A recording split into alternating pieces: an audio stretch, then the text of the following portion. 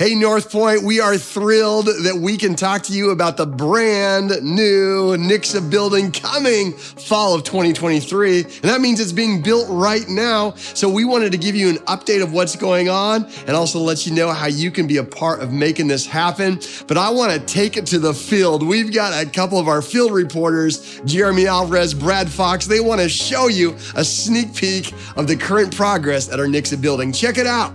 Well, hey, Brad and Jeremy here, giving you an update on site of the new campus build here in Nixa. So, Jeremy, tell us what we have going on behind us here. So, right here, the corner of Tracker and Main, where we've been building, we've got concrete getting ready to be poured. So, forms are going up, everything's going to be in place because here in the next couple days, concrete's going to go in, and then we can't change it. So they're making sure that everything's in the exact right place that it needs to be. Forms are going up, and so we're going to have about 35 concrete trucks in a day just coming through. They're right down the street. So it's just going to be a constant relay of trucks coming through here. It's going to be pretty cool. A couple weeks after that, we're going to have steel on site. And so basically all the steel that we need for the project will be here, and then it's just a matter of putting it together. And it sounds really simple. It's not. It's going to take longer than we would make it sound. But really, it's just a matter of those guys, piece by piece, knocking it out. And you guys are going to see on a daily basis, it's going to start looking different. So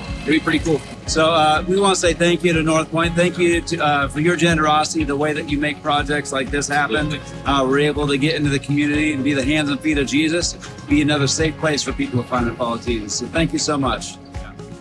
God has been faithful through the story of North Point at every stage, in every campus, and this one is no different. And so this isn't a Nixa project, this is a mission project. This is why we exist, to be able to create more opportunities for people to experience Jesus. And I'm challenging all North Pointers to be a part of making this happen. Now, we don't do building campaigns, and we're not gonna ask you to set a 10-year goal or anything like that. But if you're a North Pointer, no matter what campus you're a part of, I'm asking all of us to come together and in the month of October, give our best gift, whether that's $5 or 5 figures, together, all of us asking God, what can we do? And we provide a one-time gift to the new Nixa build.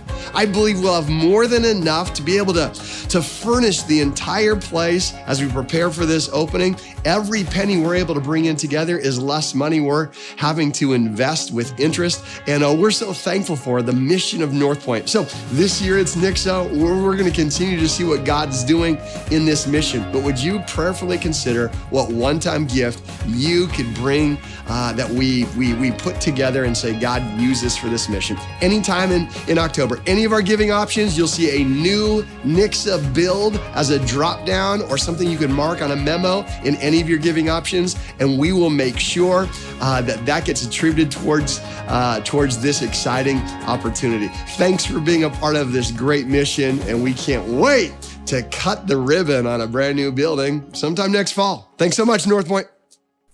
And we're really excited about that. It's going to be awesome to be able to have that spot. Since we filmed that, the concrete came in this week. Beautiful weather if you're pouring concrete this week. And so we're now looking forward to steel dropping. Everything continues to be on pace for sometime next fall. So we're thrilled. And so we want to welcome our Nixa campus who's watching, joining with us right now. Thanks for being with us. We, as the entire church, we're excited about this vision to be able to have a permanent location, not just a lease setting there. And we're also welcoming our Republic campus who had a birthday last week. Hope you're well rested after that incredible weekend of partying last weekend for your big 1-year birthday. And then our Dream Center campus, welcome to you and welcome to those joining us online. And I don't want to be rude. Welcome to those here in Springfield as well. I'm glad you're here. They are spicy here in Springfield. So, and those of you who are in line for the Garth Brooks concert, shuttle is coming. Shuttle's coming. Just hang in there. And we'll probably be done with the message by the time you get on the shuttle. So we're totally cool. So, hey, welcome to North Point. Last week we started a brand new series called Spoiler Alert, talking about things that could spoil God's best in our lives. if we're not careful. And so today we're going to talk about the idea of not being seen, being invisible, not being known, could absolutely ruin what God has for us. And we're going to talk about a guy who had a reputation, had a label. And how many of you have ever been judged by somebody for something? Anybody? Raise your hand if you've ever been judged. If your hand's not up, I'm kind of judging you now. I'm just saying. All of us have been judged at some time. Some of us, we call that junior high, high school, or maybe it's the new day on a job. You get labels. Labels is a soft way of judging, right? Is maybe we got a label. Maybe you were judged because of something you wore. Maybe you were judged because of someone you dated. Maybe you were judged because of something you bought. Maybe you were judged for whatever, a variety of things. We get labels. So for today's purposes, I want to really quick differentiate three different things. I want to talk about our image, our reputation, and our identity. So let's start with this. For today's purposes, our image, I wrote it down this way. My image is what is portrayed from me. I'm in charge of my image. You're in charge of your image. If you don't like your image, you ain't got no one to blame but yourself, okay? And image, how important is it? It depends on the person, okay? Some of us value an image more than others. But bottom line is the image is you're in charge of it. Matter of fact, you can hire an image consultant and you can pay them big bucks. And what they will do is they will shop with you and get a whole new wardrobe. They'll figure out all these different things so that you can change your image. Why? It's kind of like brands, coming up with a new brand as a business. You have the ability to do that as an image, right? So your image is what you portray. Some of us work really hard because we're trying to present an image, right? And maybe behind that's insecurity. Second thing I want to talk about is your reputation. Your reputation is projected onto you from others. Your reputation is projected onto you. I untied my shoe here on accident. So I'll talk as I kneel here. So your image, you're in charge of. I just don't want to fall here. Okay, but your reputation, other people are in charge of. You ever notice that? It could be because of something that you earned. Some of you have worked really hard for the reputation you have. Some of you have worked really hard to shake the reputation you have, right? Sometimes a reputation isn't even accurate. It's not even fair sometimes. Sometimes someone with a lot of influence or a whole lot of somebodies, they can decide what your reputation's going to be and they throw it on you. It's not your fault. Reputation, you're not in charge of. All you can do is combat it, right? So let's say you're not happy with your reputation, what other people project onto you. Then what you're going to do is you're going to dig in and you're going to try even harder to portray your image. That's not who I am. This is who I am. Here's how I tend to do it. I will try and control the narrative. If you have a narrative that I don't like, that reputation I don't like, then I have this tendency to try and control the narrative because I want to push my image hard, but when the image doesn't match reputation. But today I want to talk about something even more powerful than that. It's called your identity. Now, I'm biased. I'm a pastor, so hear me out. I believe your identity is provided to you. It's what's provided to you. It's not what's portrayed from you or projected on you. It's provided to you. It is from God, your creator, your designer. You are not an accident. You are an incident. God has purpose in your life. You have unique gifts. You have unique purpose. You have a unique path. And God has this identity. He sees you. He sees you. The problem is when we have this reputation, sometimes even though we're known by something, we feel unknown at all, right? It's kind of like water bottle, okay? Water bottle, the value of the water in this bottle is primarily impacted by two things. One, the label that, that's on it and the environment around it, okay? That impacts the value of the water. For example, this is purified water. That's a big deal, okay? Marketing's important on this. I would not want it to say pretty good water. I would not want it to say 98% clean water, okay? Purified, cool, sign me up. I want to drink the pure stuff. But it also says in small letters, in case you can't see this, Members Mark. which means, come on, Walton family, this is from Sam's Club or Walmart, right? If it said Kirkland signature product, okay, I used to live in Kirkland, that's home of Costco, okay? So either way, if it says Kirkland's or Members Mark, the label on that impacts the value, and the environment the water's in impacts the value. So if you were to walk into a Sam's Club and you buy a bottle of water, it's going to cost you like a quarter, right? Why? Because it's Members Mark, right? It's not bougie water. It's member. You're part of the club. You get a discount. And because of the environment you're in, like when you're at Sam's Club or Costco, you buy pizza on the cheap. You buy soda on the cheap, right? You expect to pay less when you're in that environment. However, if you were to go to the price cutter, it might cost you 50 cents, right? It's going to have a little bit fancier label, and it's a grocery store, so it's not going to cost you an arm and a leg, but it ain't Sam's Club, right? Now, if you were to go to Come and Go, how much is this water going to be? $1.69, right? And it's going to have a Come and Go label on it, and it's in a convenience store. It's not called a discount store. It's a convenience store. They're going to upcharge you. Why? You don't go to Come and Go because, man, a great deal on produce, okay? You don't go there because of a great deal on anything. You go there because it's right down the street from where you need something, right? If you were to go into one of those hotels that has a stocked fridge, it's going to have a nice label, something like Super 8 right on the top of it right there. And it's going to cost like $2. Why? The label is on it, and you thirsty sucker, what are you going to do? Leave your room to go get your parched throat fixed? Okay, no. You're going to buy it here for a charge, an upcharge. Now, if you were at Arrowhead today, well, not today because no one's there today, but if you were at Arrowhead, the same bottle of water is going to cost you like $6. Why? Because it's got Mahomes on the label, okay? That's worth $5.50 right there. And you're at Arrowhead. What else are you going to do, right? You know? And so here's what we understand about the value of water. The label on it and the environment around it impacts the value of it. It's a commodity.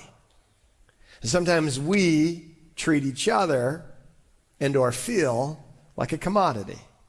Sometimes we feel like our value is predicated based on the label on us and the environment around us. The truth is this: there's an identity within us that will, reset our value. So I want to talk about this dude who was in this tough situation. He had a label he couldn't shake. He had an environment he gave up even trying to recreate. And he was invisible other than a label and an environment until Jesus saw him. Happened 2,000 years ago in a town called Jericho. Now, Jericho is kind of famous in church lore, okay? And if you've been to church as a little kid, you ever watch cartoons made out of vegetables, or you might be familiar with the term Good Samaritan, or if you've ever been following an RV along a one-lane highway for a long time, you've seen the sticker Good Samaritan. It comes from the story in Scripture where these bandits were hiding outside the city of Jericho. And I've been there, and it's this mountainous area where there's a lot of shadows and places to hide. And Jericho's a fancy city. There's a lot of money coming and going out of Jericho. It's like the only Sam's Club in the state type of place. Everybody who's shopping's coming to Jericho. All the villages come to Jericho. And the bandits know if you're coming in or out of Jericho, you got a bag of gold on you. And so it was easy pickings. And so that's where the story of the Good Samaritan comes in, when bandits, mugged some dude. So what happens is Jericho is where the city happens. So think about it this way. It's a ritzy place. We know it's a ritzy place. The name Jericho means city of palm trees, which that's on my bucket list, to live in a city of palm trees one day. It's like this exotic place. Jericho is one of the biggest cities in the Roman Empire in the first century. It was a fancy place with lots of money, and there was a guy who didn't fit the environment. Have you ever found yourself in an environment you didn't think you fit? Have you ever found yourself in an environment where you thought was fancier than you, and that if everyone realized that you weren't as fancy as this, like you ever been invited to one of those parties and you didn't even know how to tie the tie, but you show up and you're trying to act like this is just what I do on Saturday nights, right? I remember the first time I ever sat in first class. I got upgraded to first class probably on accident, okay? And I remember getting and I wasn't complaining because I sat there and I'm like, this is plush, okay? It feels like I'm sitting in my grandma's sofa, right? Her Davenport, I'm sitting there. They offered me 2 bags of pretzels. I was on the other side of the curtain. I didn't know what to do with myself. I remember a flight attendant asked if I would like a palate cleanser. I'm like, I don't even know what a palate is. But mine is filthy. I had never cleansed my palate in my life. Now I'm a palate snob. Like, I just sit in the lobby and stare at all y'all's palates, right? But I was like, this is nice. I don't belong here. I remember the first time I stayed at a fancy hotel, I felt the same way. Because when I was growing up, we didn't stay at hotels. We stayed at motels. You know the difference, right?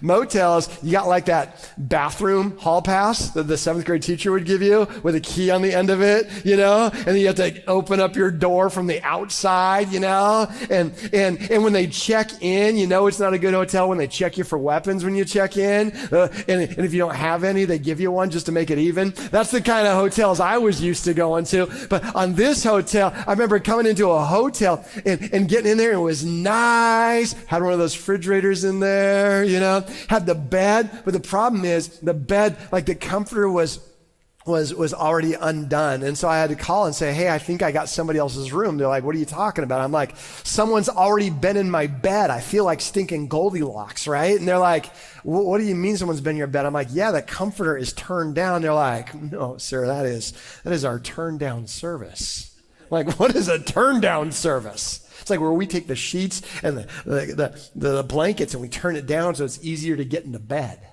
I'm like, dude, if you think you need a turn down service, what you need is a nursing home. That's what you need. But whatever. I'm like, this is sliding into that thing with like 700 Egyptian thread count sheets. And I'm like, ooh, this is great. I don't belong here, but I'll take it, right? It's schwanky, right? So that's fancy place, but not feeling like you fit. 2,000 years ago, there's this guy. His name is Bartimaeus.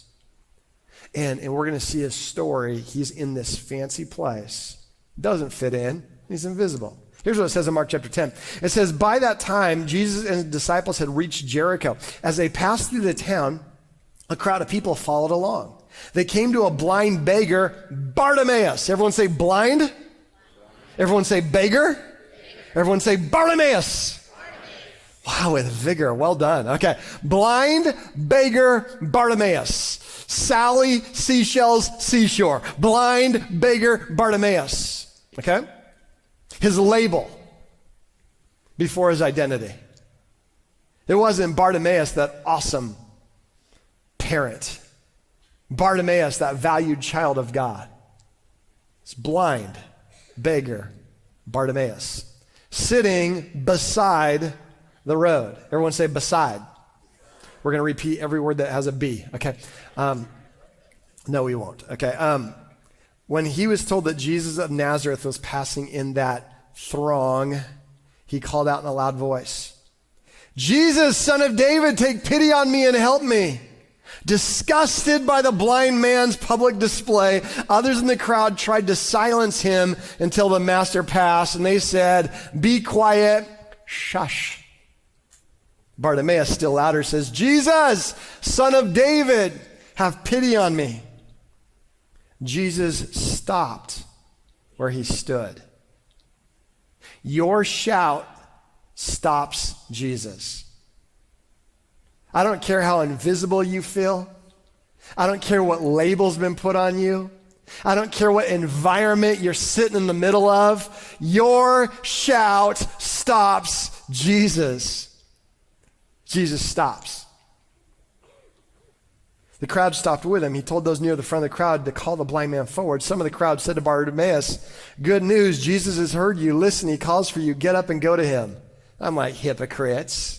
Just like 2 verses earlier, you're all like on the Bart hate train. Now you're on the Bart bandwagon, right?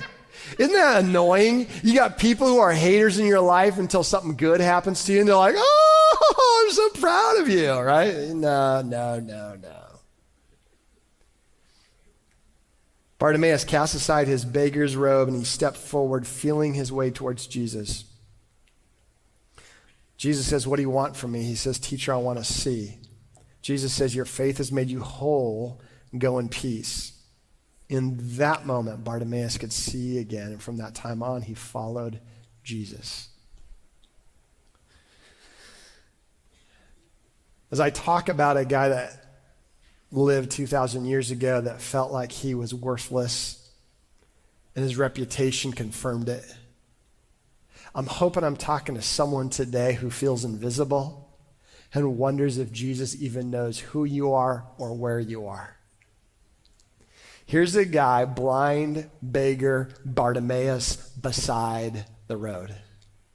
Now, in that day, Jericho, one of the biggest cities, I've been to Jericho, all right? And we're going to Jericho again. We're taking 28 North Pointers next month to Israel. So too late to get on this train this time, but 2 years from now, let's go. Okay, so we go to Jericho. And Jericho, in those days, had this big old wide road because the Romans were known for a couple things. Like we all know this, Romans are known for their roadways, their transportation. All roads lead to... A couple people know this, right? All roads lead to Rome, right? It's a saying that comes from Rome. Is back, they developed the transportations, the roadways, so that everybody could get in and out of the Roman Empire. And so they were known for this. And even now you can look back at 2,000-year-old cobblestone roadways. They were big deals. And Jericho had this big, robust roadway. And it was busy. It was like Main Street Fairgrove at a Christmas parade. It was a big, bustling, hustling roadway, and you got vendors hawking their things that they vended. They're selling trinkets and kosher hot dogs, first century Jews, and all these things. It was a busy, wide road, but Bartimaeus wasn't on the wide road. He was beside the road. One translation says the wayside. The Romans were also famous not just for their roadways, but for their irrigation. Now, on our Israel tours, usually by like day 7, it seems like they almost run out of things to show you. Because on the itinerary, it's like, today we're going to go look at an ancient first century Roman sewer. Like, wow! Cross that off my bucket list, okay? That is amazing. But honestly, it's a big deal. Here's what you need to understand about the first century Jericho. They had the Roman irrigation system. They had the ability to pipe fresh water into the city. You're woefully unimpressed. However, I'm imagining that there are some people in Nixa who drove up from Clever who you're like, hot dang, what? What'd you say? Water into the city, right? I think about that. I know we're like so sophisticated here in the 21st century. First century, water, fresh water into their kitchen. Turn this faucet, water. What kind of sorcery is this? And they're like, it's Roman invention at its finest. Fresh water piped in the city. So you got the hustling, bustling road, big old road. And right next to it is the fresh water piping into the city. And that is not where Bartimaeus is sitting. On the other side of the road is where the not so fresh water flows from the city. You know what that is, right? It's the sewage. And I know that maybe you're not impressed, but a first century Jericho resident would be like, watch this. See that? You're like, oh, good Lord. But you're like, watch this. Flush. Whoosh. You're like, where did it go? What manner of creation is this? And it's like, now it's flowing from the city. And on the big roads in a big Roman city like this, you would have the main road, hustle bustle, fresh water on the one side, sewage on the other side, and they would call that side the waste side or the wayside. Bartimaeus, the blind beggar, is sitting in the wayside, surrounded by crap. No one dreams that one day if I play my cards right, I'm going to grow up and live in a sewage. If you're a child of the 80s like I am, there was that season when the Teenage Mutant Ninja Turtles made it cool. Okay, you're like, hero and a half shell. Okay, but most of the time you're like, that's terrible. Here's Bartimaeus, blind beggar in a crappy situation. I don't know if you've ever found yourself in that type of situation. I try to avoid those situations. I'm not a big fan of manure, okay? I change my fair share of diapers, like kids. I try to take but like Leanne's way better at it than me. She can take one wipe, fold it into an origami duck, clean the kids. I take 22, right? Wrap it up, put on a hazmat suit, wear a mask before the government made me, okay? Like one of those type of things. I'm like, I don't like that. I wonder when Bartimaeus felt that this is the safest place for him to just hang out. Sometimes when you feel hopeless, you're drawn to hopeless situations. And here he is, sitting on the wayside, watching everyone hustle and even some bustle, and he's invisible. But then he hears Jesus coming by. Did you catch that? He heard it. Just because you're blind doesn't mean you're deaf. It's very possible to have some dysfunction in your life, but have just enough function to still connect with Jesus. And he hears that Jesus is walking by. So he pipes up, "Jesus, Son of David, have mercy on me." And people are like, "Shut up. Hush, girl, shush your lips." And he's like, "No, Jesus, Son of David, have mercy on me." And I'm like, time out. I'm not trying to be that dude, but he's wrong. Jesus' dad isn't David. It's Joseph. I've been to enough Christmas pageants. It's Mary and Joseph, not Mary and David. But he's actually not wrong. He's prophetic. Because there was the Jewish literature, we call it the Old Testament, that prophesied that out of the line of David, the Messiah, loaded word for God's son, on his 23andMe report, King David's going to be up there. Because out of the kingdom and the throne of Israel, there will be no end. That God is going to bring restoration through this line. And everyone else saw this rogue rabbi coming by, this great teacher coming by, this miracle worker coming by, this raucous, rebellious dude coming by. And there's one dude sitting in the sewer saying, "Messiah, Son of the living God, I know who you are." The only dude who was blind is the only one who had vision, and he's sitting in the sewer, and Jesus stopped. Can you imagine being a disciple in this moment? You're like, whoa, whoa, whoa, whoa, whoa, whoa, what's she doing? That guy's scary.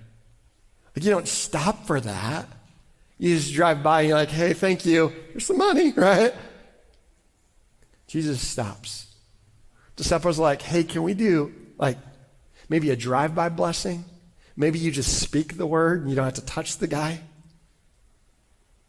And when Jesus starts walking towards him, can you imagine the disciples like, "Oh no, you're going to walk in there? Like, can't you do one of those Moses miracles where you hit the water and it splits and we walk on dry ground at least?" Okay, I don't want to. What does Jesus do? Hikes up his dress, because that's what they wore in the flannel graph I grew up watching. And he starts wading into the sewage, get ankle deep in the wayside to touch a man who is invisible. It's so gross. It's so scandalous. It's so Jesus. It wasn't the first time that God entered a mess.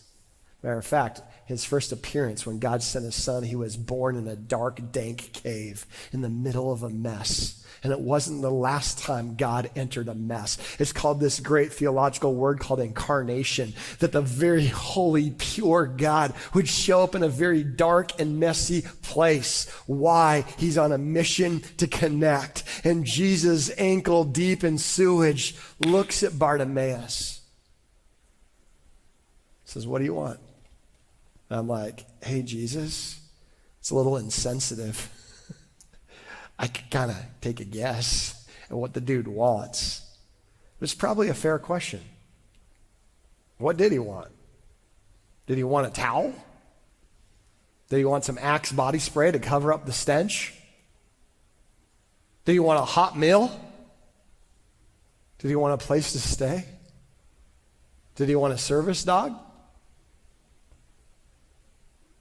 He says, I want to see. Jesus says, your faith has made you whole. At that moment, he was healed. He says, go in peace. And from that day forward, Bartimaeus followed him. A couple of questions. I just have 3 questions here. And I'm hoping you have the answers today. I didn't want to assume the answers, but I do have some questions. First is this. What environment am I surrounded with that keeps me stuck? Is it possible that you're in an environment that doesn't match your identity? I'm not saying that doesn't match your reputation. I'm not even saying that doesn't match your image. I'm going deeper than that. The person that Jesus sees.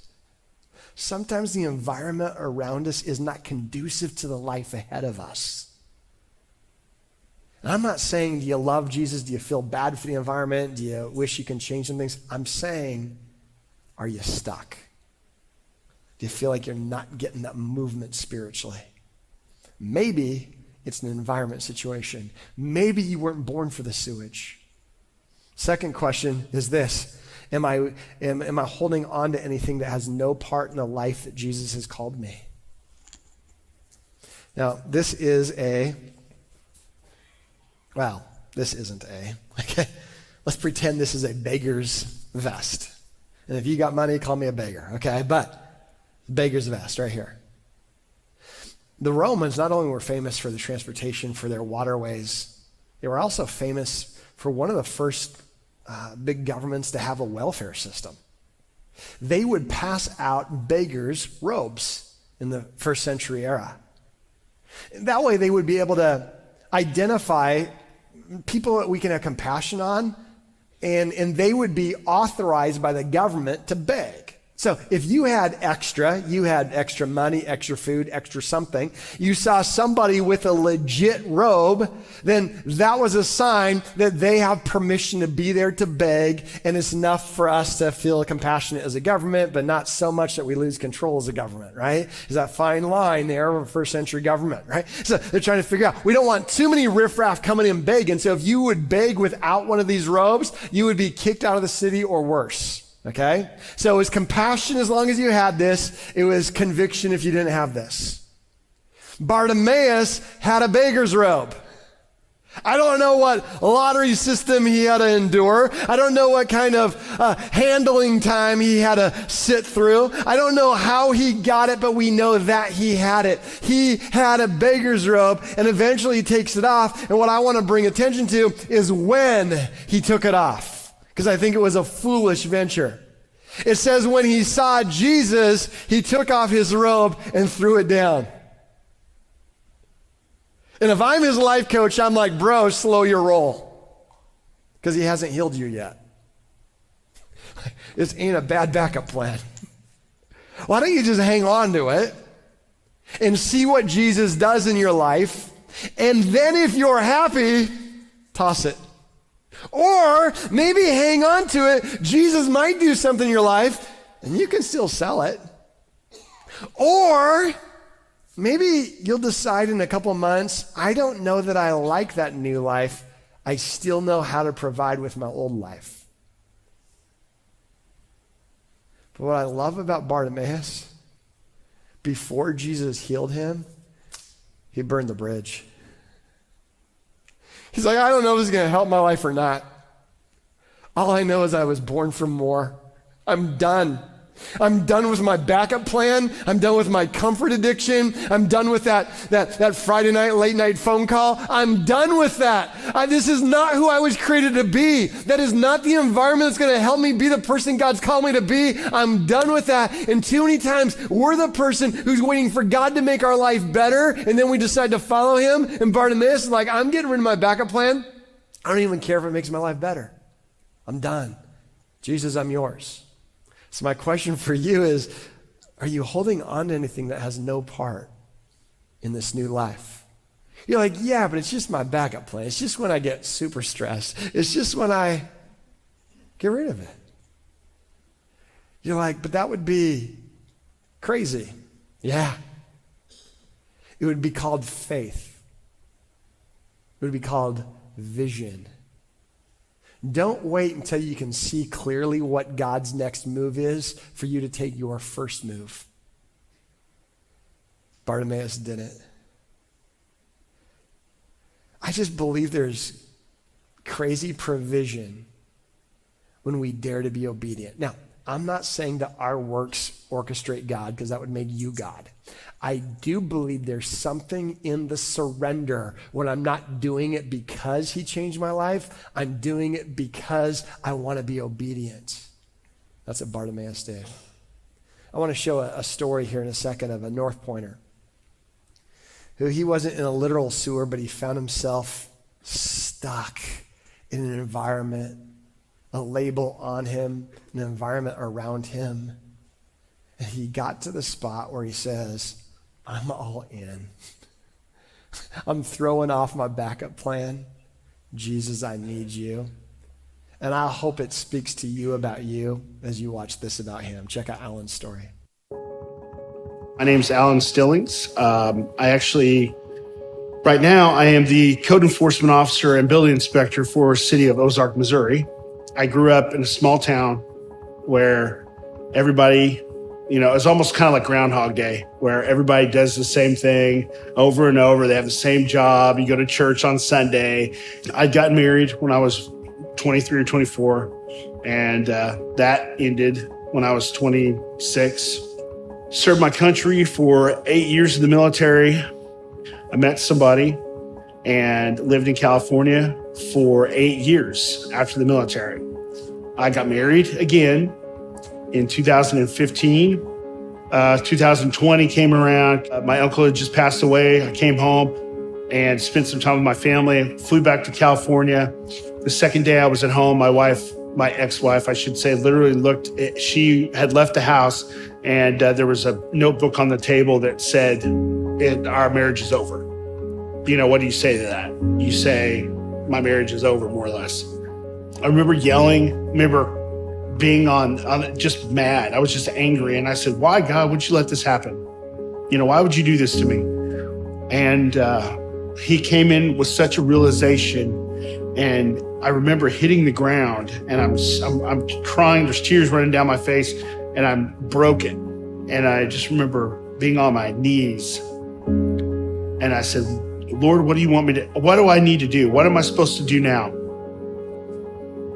Go home. It's time. Just go home. You gotta leave this place. But I just remember him saying, go home. So January of 2021, got all my stuff packed up in my truck. I drove from California to Missouri, and I started my life here. My ex-wife calls me one day, and I'm driving back home, and I'm on a long trip back, and she tells me that somebody had just died that was close to me. And then, of course, she was telling me all this stuff about our divorce and how we were going to have to do this and this, and it all just came crashing down on me. And I felt all this, just all of it coming back, and the anger and the pain of going through that time frame. It's like it put me right back in that house right after she said that we were done and our divorce was going to happen. I didn't know what to think. I didn't know what to feel. I just had all this just pain and anger, and I decided I was like, you know what? I just need to pull over. I need to drink.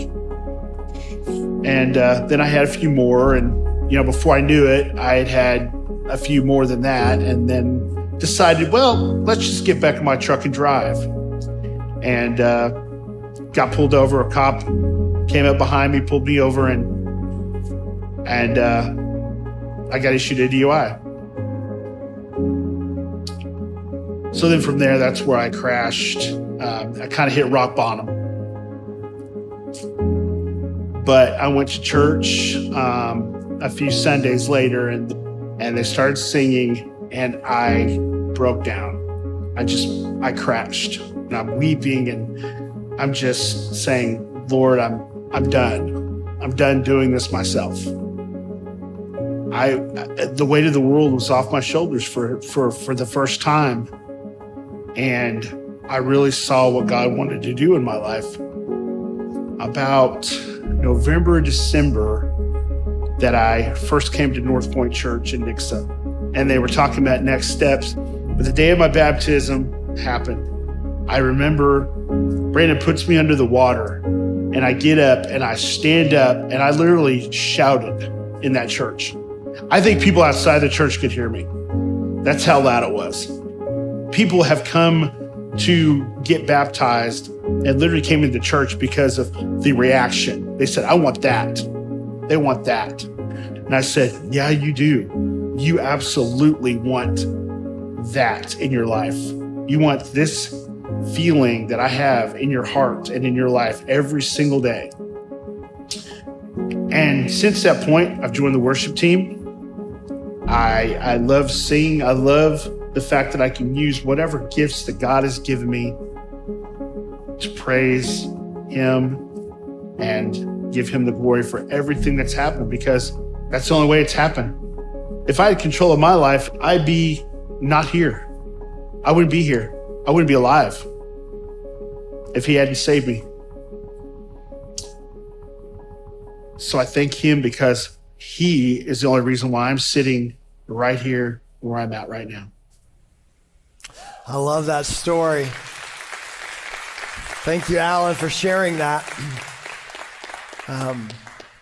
What I'm reminded of is North Point's mission and North Point's makeup. I don't know if you've noticed, but we're not a collection of people who have always maintained distance from the sewage. We're a tapestry, a potpourri of people who found ourselves surrounded in an environment that we say, I don't know. But cried out to Jesus, and Jesus stops at our shout. And if you find yourself right now labeled and surrounded by a mess, and you feel stuck, your next step is to shout. Don't let the haterade out there get you to shut up. Just shout all the louder, God, I need you to show up right here, right now, and see what God does. Second thing is then take a step. Look at this last point. It says, am I willing to step out of my mess into this new journey of following Jesus? It's a helpful question. Am I willing to step out of this mess, this sewage I'm surrounded with, to follow Jesus on this new journey? It's called discipleship, becoming more like Him, following Him. This is not the story of the day God had pity on a sewage dweller and made him feel special and left him in the pit. Matter of fact, this guy had disobeyed Jesus. Check out this part of the story we read. Jesus said, immediately you're healed. Go in peace. Your faith has made you well. And the dude disobeyed Jesus. But there's a caveat there. He did it in a good way. Jesus says, go, you're whole. And he's like, nah, I'd rather follow. And it says from that day on, the dude didn't go. He followed Jesus. Ironically, on the week where most of Jesus' long-term followers split, here's a smelly dude from the sewer who hung closer than a shadow because he says he transformed my life and I'm taking any step necessary to follow Him. So if you don't have a relationship with Jesus today, open up your heart and shout to Him. Ask if the God sees you, hears you, shows up in your world today. Invite Him to forgive sin. Maybe you do have a relationship with Jesus, but you're still stuck in the sewage. Take a step out. Not because your acts of righteousness are impressive to Him. It's because you've got an identity and a purpose He's placed inside of you, and it's time to walk that new journey. So what big next step? Is it water baptism? Is it getting rid of something you've been hanging on to? What is it that you need to do to be able to live the identity God's placed within you? So let's pray. Father, today, I know there are people here who are wondering if you're speaking to them, if you're hearing them, if you're reading their mail. Let them know that, yes, it's exactly what you're doing. I pray that in the middle of their messy situation, you would show up loud and clear. You would bring wholeness to their dysfunction. And from this day forward, they would have the courage to follow you and ditch their backup plan. Let us be a collection of people, not who have lived the most perfect life, but who are courageous to get on this new path of following you and leave behind any of our comfort copes. In Jesus' name we pray. Amen. Amen.